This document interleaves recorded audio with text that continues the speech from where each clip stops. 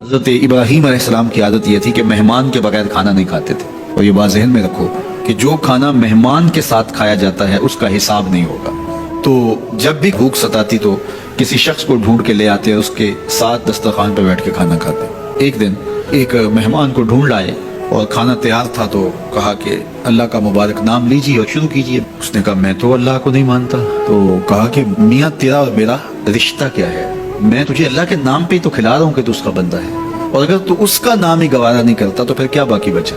اس نے کہا روٹی کے چند لقموں کے لیے میں اپنے بت سے بے وفائی نہیں کر سکتا۔ تو حضرت ابراہیم نے فرمایا تو اتنا غیرت مند ہے، اپنے بتوں کے ساتھ تیری یہ وفا ہے، تو سن پھر میں بھی اللہ کے نام کے علاوہ تجھے ایک لقمہ نہیں دے سکتا۔ اس نے کہا کوئی بات نہیں، اٹھ کے چلا گیا۔ وہ چلا گیا تو جبریل آ گئے، رب کا سندیسہ دیا، ابراہیم تو نے میرا بندہ ناراض کر دیا۔ یا اللہ وہ تیرا بندہ تھا، تیرا نام لینا گوارا نہیں تھا۔ کہا ابراہیم اس کی عمر کتنی ہوگی؟ مالک 70-80 کے بیٹے میں ہوگا۔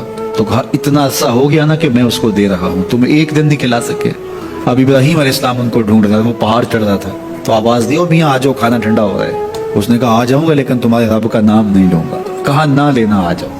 آیا دسترخوان پہ بیٹھا، کھانا شروع ہوا تو کہنے لگا پہلے تو بڑے غصے میں تھے، جلال میں تھے کہ رب کا نام نہیں لوگے تو کھانا نہیں دوں گا، ایک دم تبدیلی کیسے آ گئی؟ کہا اسی رب کا سندیسہ آیا ہے کہ مجھے بھی تو اتنا عرصہ ہوا کہ دے رہا ہوں، تم ایک دن نہیں دے سکے۔